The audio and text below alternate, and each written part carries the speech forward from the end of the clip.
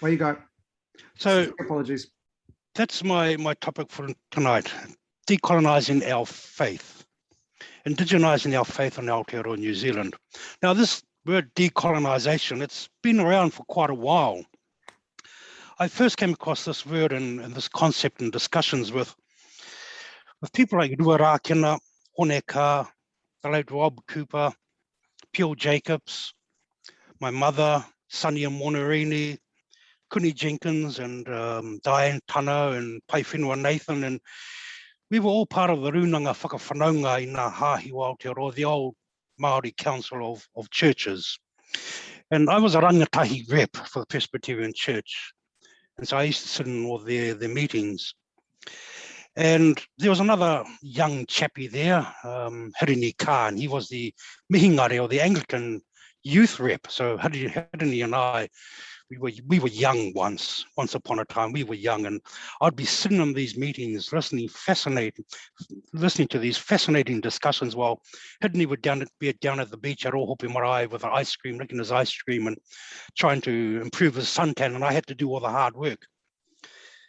And the Runanga Whakawhanaungatanga encouraged all our Māori churches to decolonize themselves, And I had to ask them, what does decolonize mean? What's that big word mean? And come on, screen change. And an aspect of Māori theology is what we call whakatauki or whakatauaki proverbs. And every time you do Māori theology, we always start with a proverb somewhere, whakatauki, and the whakatauki captures the essence of what's being discussed, and it helps to crystallize an idea. And the Runanga developed this whakatauki, and it became the mantra for decolonisation in our Māori churches. And it's taken from Te Pukapuka Rāniera, the book of Daniel in the Old Testament, chapter 2, verse 43, and it says in Māori, e kore te uku e piri ki te rino. E kore te uku e piri ki te rino. Clay will not stick to iron. And that became our mantra in the Runanga Whakawhanaunga. And that became my working understanding of decolonisation. And this is way back in the late 1980s, early 1990s.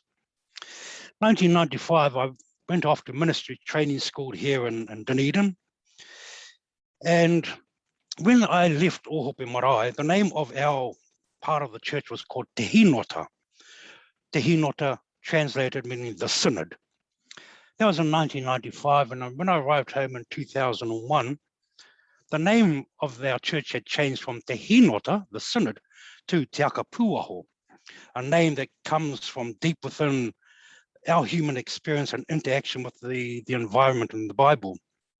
And so when I got home, I said to my mother and Hohepa Kereopa and other people up there, why did you change our name from Te Hinota to Te Akapuaho? They said to me this, decolonisation is all about naming and identity. Our name Te Hinota is a transliteration of a Latin, Greek, English word.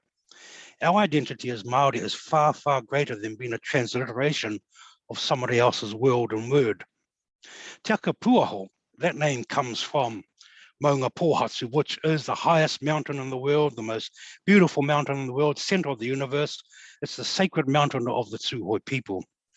And under that Maunga of Maunga Pōhatsu was a prophet by the name of Ruakenana. And he got into a relationship with a Scotsman by the name of John Norton. So the name Te Akapuaho comes from Maunga Pōhatsu. And it's also rooted in the Gospel of John, where John talks about Jesus being the vine and there being branches and whatnot. So that was first part of decolonising.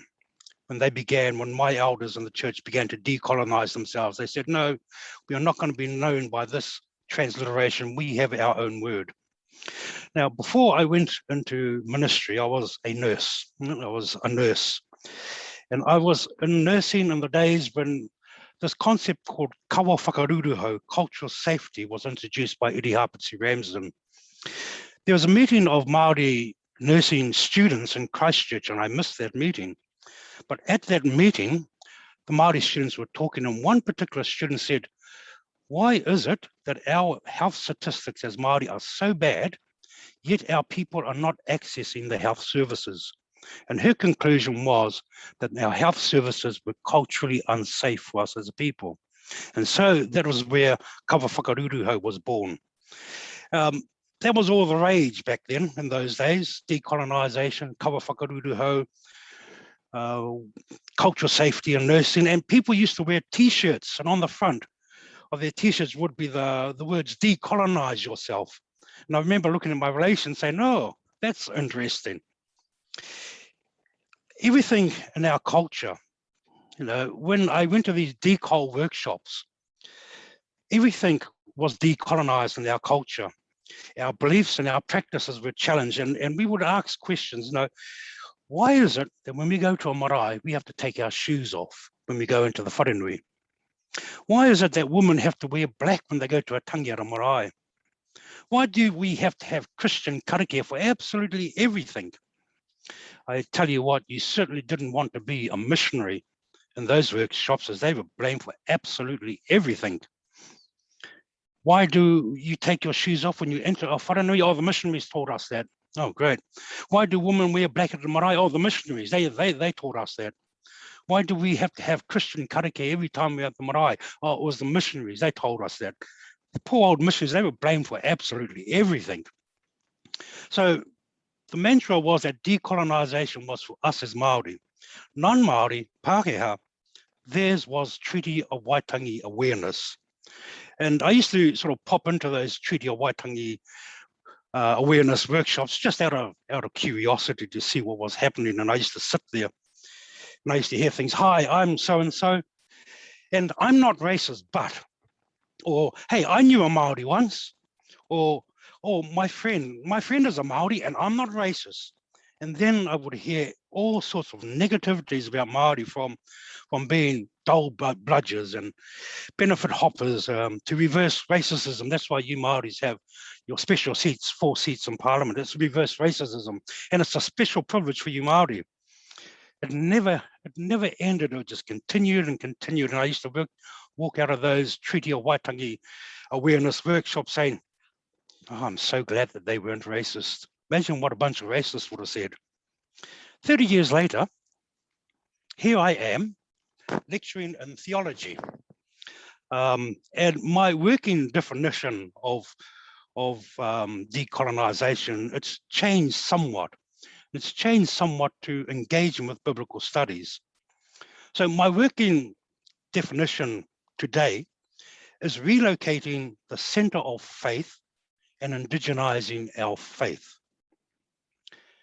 The centre of the Bible, of course, the centre of theology, of course, is this thing called the Bible. And when I apply this working understanding of decolonisations to the gospel, I come to the conclusion that decolonisation is a gospel imperative. And I would be bold and state that decolonisation was the mission of Jesus. In the Gospel of Luke, after the baptism, and he goes into the wilderness and has that wilderness experience, and then he goes home to his hometown in Nazareth, and he marches into the synagogue, and he reads from the book of Isaiah these words here. "Kei ahau te wairua te ariki, nāna nei hoki ia hau I whakawāhi hei kauhau te rongopai ki te rawakore. The Spirit of the Lord is upon me, because he has anointed me to bring good news to the poor. Kua tonua hau ia ki te kauwhau ki ngā here, kia haere noa ki ngā mātāpō, kia titiro. And he has sent me to proclaim release to the captives and recovery of the sight to the blind, to let the oppressed go free. Ki te kauhau I te tau manakohanga mai a te ariki, to proclaim the year of the Lord's favour." Now, I have to say, I have this image of Jesus wearing a T-shirt, and on the front it says, Jesus is saying, "Decolonise yourself." Reading this text, it seems to me that the mission of Jesus was to decolonise his world he lived in by making those in the margins, by taking the good news to those in the margins. That, I think, is pretty radical. The holy rollers down at the temple and the synagogue have to take a back seat. Decolonisation seeks to reorder the world we live in, especially the political order of things. None of the people mentioned in this text, the poor, the blind, the captives, the oppressed, none of them at the centre of Judaism, certainly not at the political or religious centre. Initially, when Jesus read this text, he got quite a good response, actually. Hey, that's old Joseph's boy, isn't it? Until he started criticising his audience. And when I look at his words, he is basically telling them that they are in serious need of decolonisation. And their response after his criticism was to run him out of town. In fact, they wanted to kill him by throwing him over a cliff. A number of things you need when you taught decolonisation back in the 1980s and 1990s was that you needed great strength, resilience, and resolve to stay on track as you would be criticised publicly and privately. I remember headlines in the newspapers questioning cultural safety, letters to the editor in major newspapers being anti-treaty Waitangi workshops. And I remember Daryl Komatsu in Christchurch, Hohua Tutangaire, speaking at Rehua Marae in Christchurch. And he was talking about Treaty of Waitangi and decolonisation. And one person stood up and did a white power Nazi salute, Sieg Heil, to him. And that was all over the news one night. So you needed great commitment to carry on the cause of decolonisation and treaty awareness, because you became the focus of a lot of anger and a lot of public condemnation, just like Jesus after reading that text. Reading this text on the response Jesus got shows that Jesus was right into the decolonisation buzz. They ran him out of town. They wanted to kill him, and he continues doing what he does. Sounds very much like a decolonisation treaty educator to me. Decolonisation, relocating the centre of faith. When you talk decolonisation and relocating the centre, two things happen. Racism is a pandemic.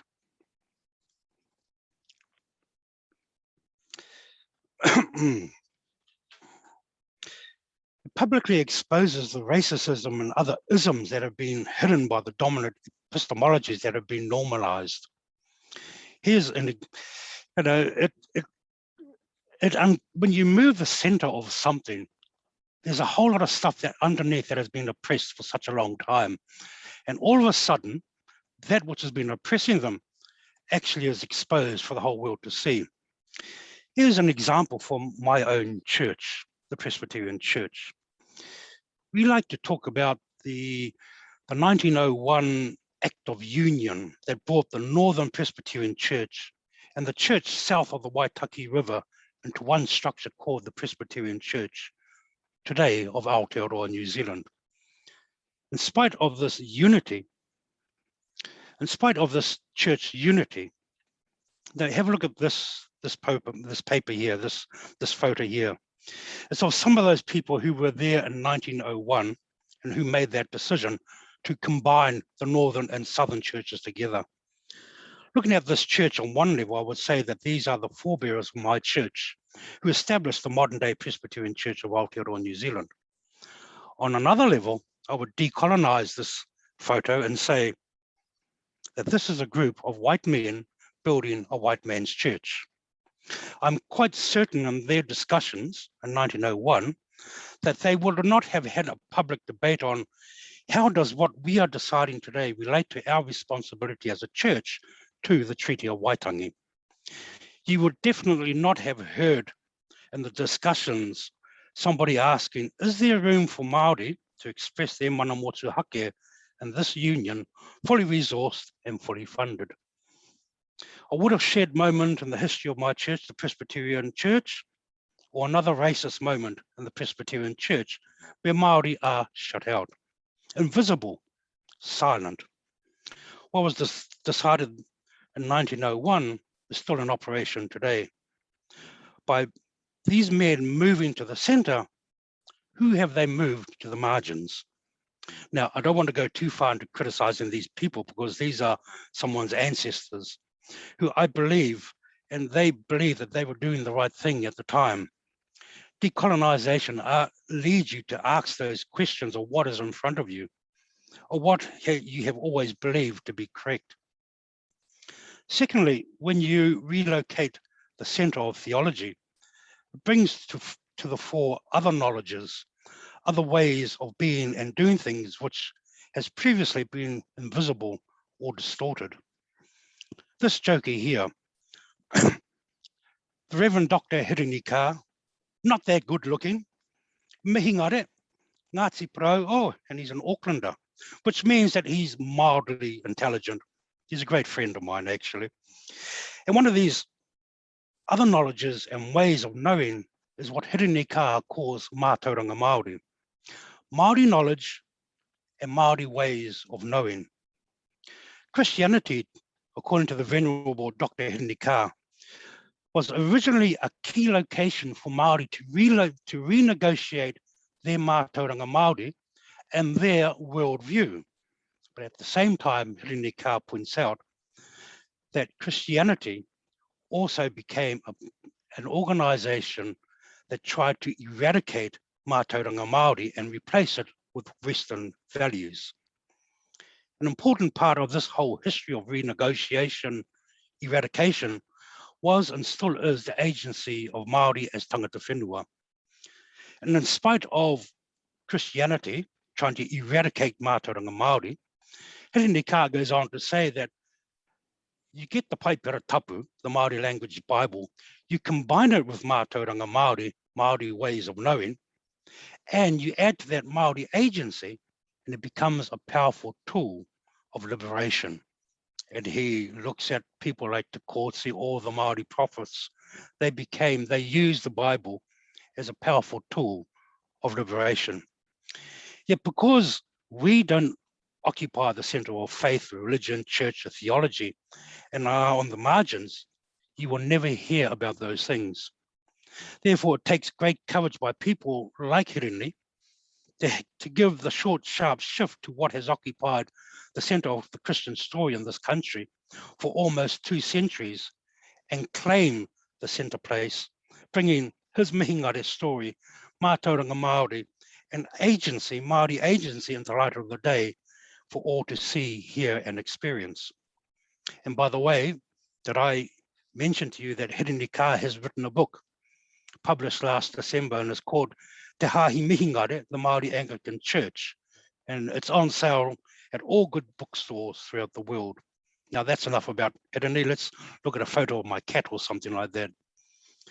Decolonization, faith, Jesus, the Bible, and the runanga whakawhanaungatanga and in kawa whakaruruhau. We had our processes of decolonization and treaty workshops. And I would say that Jesus also had his own process of decolonization. And this, I would say, is based on Matthew chapter 20, verse 16. The last will be first, and the first will be last. This seems to capture what relocating the center is all about.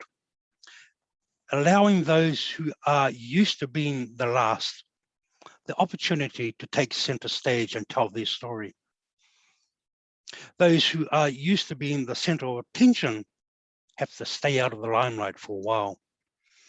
This text is unique to the Gospel of Matthew, and he's talking about the workers in the vineyard, paying workers a fair wage, and about generosity. Justice. Justice is the underlying theme in this passage. So when Jesus does his decolonization workshops, it is done in the name of justice. Why justice? I've read many articles by people who have experienced colonization at one level or another. Here are some words by some of those people like Nelson Mandela, Martin Luther King, Desmond Tutu, and others who describe their human experience of colonization. Here's some of the words that they use: violence, torture, massacre, violation, imprisonment, arrest, killing, lies, brutality, oppression, dehumanization, exploitation, domination, land theft, disempowerment, poverty, death. And I absolutely love the saying down the bottom by Martin Luther King. What is colonization? Well, colonization is this: when your first name is nigger and your middle name is boy. The end goal of decolonization is justice, a more just world that we live in. On that matter, I have to say that Jesus was uncompromising, demanding change at the very center of their religious and theological world, and not messing around on the fringes of theology. For Jesus, decolonization was a matter of justice. Decolonization it's located for me in the Bible, but it's also in our history, our Christian history. So you had Jesus running around in Palestine with his t-shirt saying, decolonize yourself. And it seemed to have a flow-on effect. I'm currently looking at Paul and Acts and some of his writings and to see if Paul was on this decolonization buzz. I tend to believe that he was. What would happen if we viewed the Reformation as an act of decolonization? So here you have Martin Luther nailing his theses to the door. And I would say that Calvin, Luther, and others who took part in the Reformation were more about decolonizing their faith and faith practices within what they loved the most, the church. A great decolonist, in my opinion, was Søren Kierkegaard, who critiqued the theology of Hegel and his God of Christendom. Hegel believed that religion was the penultimate form of consciousness. Kierkegaard critiqued that belief, critiqued Hegel's beliefs, believing that faith was higher than religion, as it involves passion and risk and the difficult task of holding fast to that which escapes cognition. This year, our students from 2000, from Church History 217317, Introduction to Māori Theology and Religion, they challenged Murray Ray and I at Ohope Marae this year, and they challenged us to develop a paper called Decolonising and Theology. Alicia Jeffries from Student Christian Movement, who's online tonight, came to me and asked if I would speak to SCM about decolonisation this semester. Unfortunately, COVID got in the way, and that didn't eventuate. But I hear that they've continued on and they're having discussions about decolonisation in their group.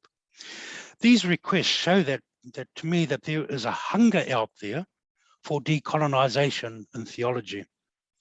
And what I'm trying to do is give a biblical basis tonight that shows that decolonisation is a dynamic within the Christian tradition. The second part is re-indigenising our faith to the soil of Aotearoa New Zealand. This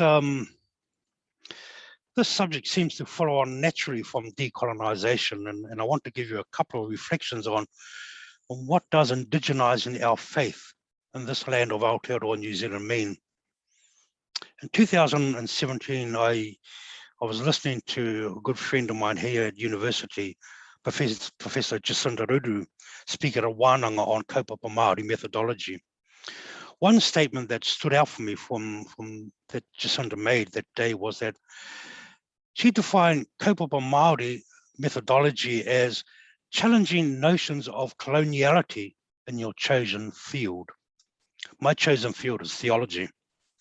So I began to take note of how colonized our theology in Aotearoa New Zealand is.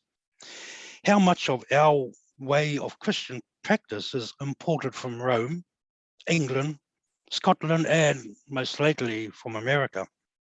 I began to ask questions. Is it possible to be Methodist in Aotearoa New Zealand without mentioning John Wesley? Every time I meet a Methodist, I would say within about 10, 15 minutes, the name John Wesley would come up. Is it possible in this country to be Anglican and not have bishops? That'll be a challenge for some people. Or is it possible in this country to be Presbyterian and not mention Scotland? When I look at the history of our country, I'm struck by our faith, by how our faith, church, and theology in this country, even today, still mirrors Rome, Scotland, England. It's a bit like that question, what does Rome have to do with Jerusalem? Well, what does Scotland, Edinburgh, and Scotland have to do with Ohope Marae? When Britain decided that these islands were important to them and they decided to colonize, New Zealand became an outpost of Great Britain. And sometimes I think our theology still reflects us being an outpost of Britain or Rome or America. I always enjoy telling the story of Tupapa Kudo and Whakatane. Now, Crystal, who's online here, Crystal and I, we have a waka, and it's called the Mātātua waka. And it originated in Akamanawatoa, or Moke in the Cook Islands.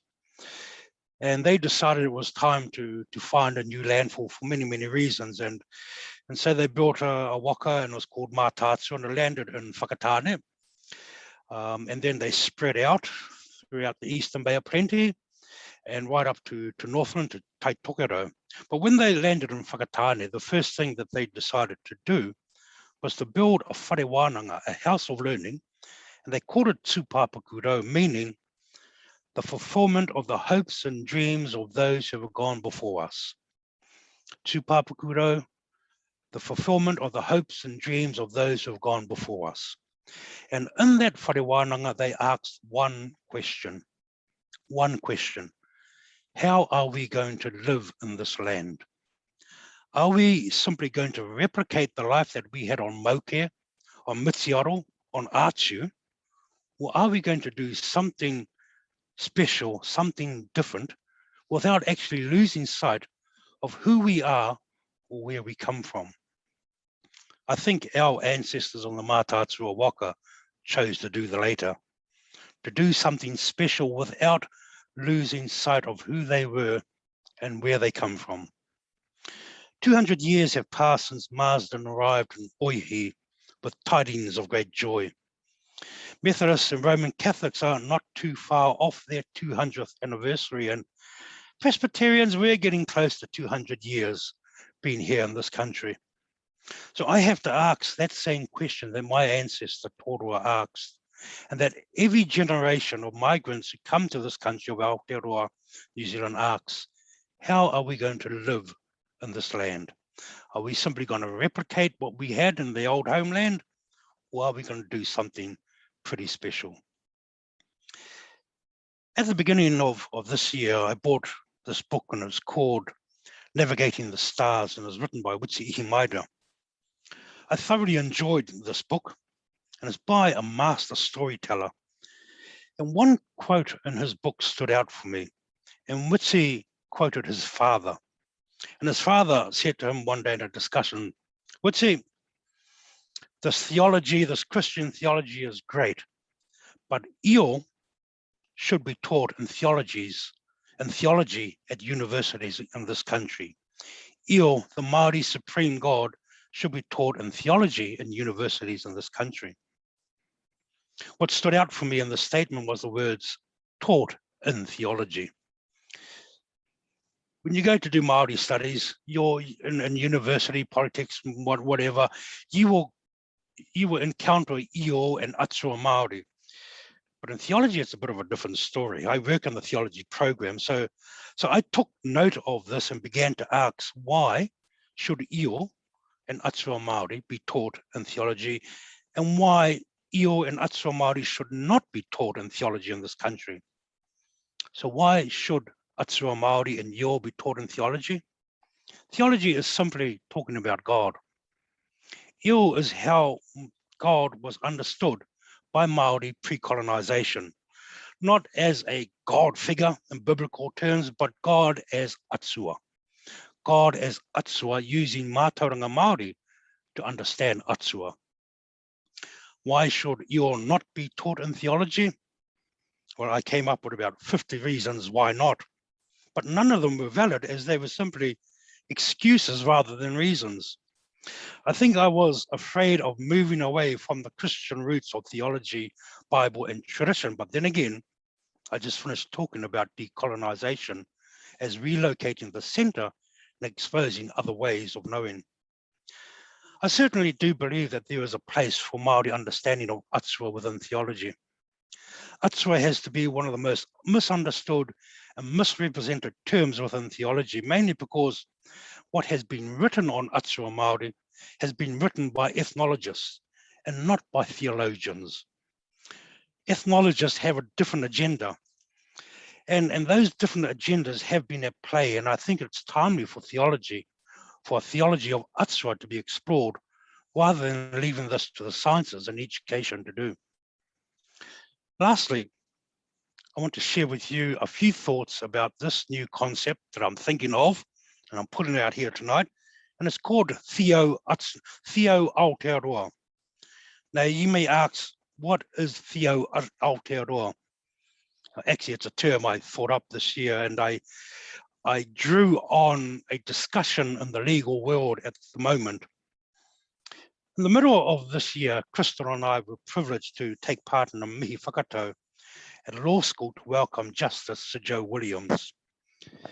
And Joe was speaking on the topic of reforming the legal training system in Aotearoa New Zealand. Now, I knew Joe years ago through the Te Whaitinui Atoi Scholarship that our church ran and still runs today.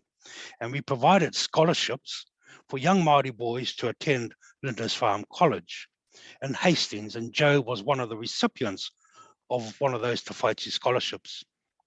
So when Joe made his visit to Otago, he had just received his knighthood, which was greatly deserved, I have to say. And so his visit here was quite a big thing.